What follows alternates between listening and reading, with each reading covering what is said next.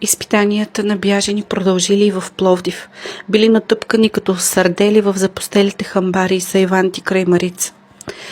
За денонощие им давали само по половин хляб на човек, нищо друго. Децата изнемогвали, едва оцелявали, живи мощи. На всичките незгоди била скроена и грозна интрига между гръцките паликарета и турските патрули. Гърците започнали непрекъснато да посещават българите и да търсят девойки, на които да предлагат годеж.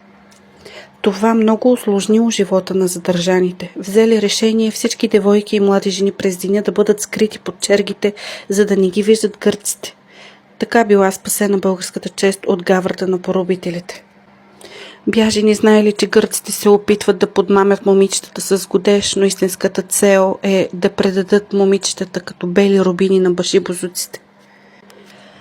Към края на лятото, когато вече били съсипани от глад и мъки, просто един възрастен турчин съобщил: "Чуйте, всички, вече сте свободни, вървете по домовете си."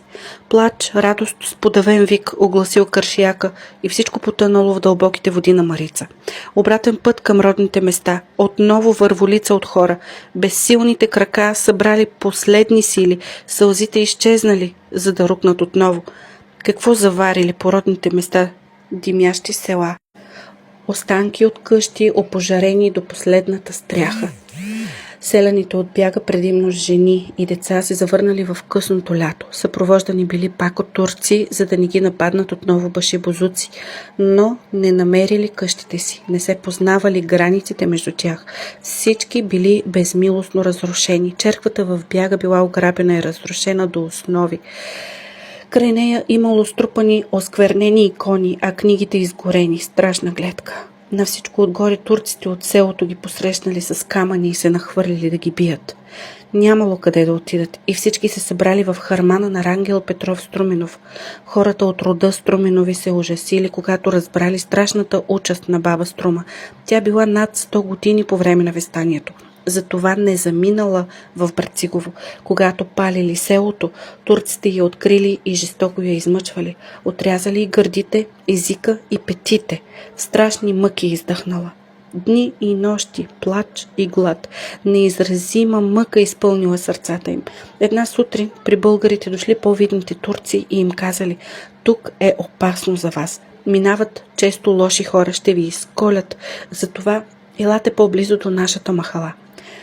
По-силните момчета били взети за воловари, а по-младите мъже и жени за работници. Имало и такива турци, мъже и жени, които се смилили и им занесли хляб.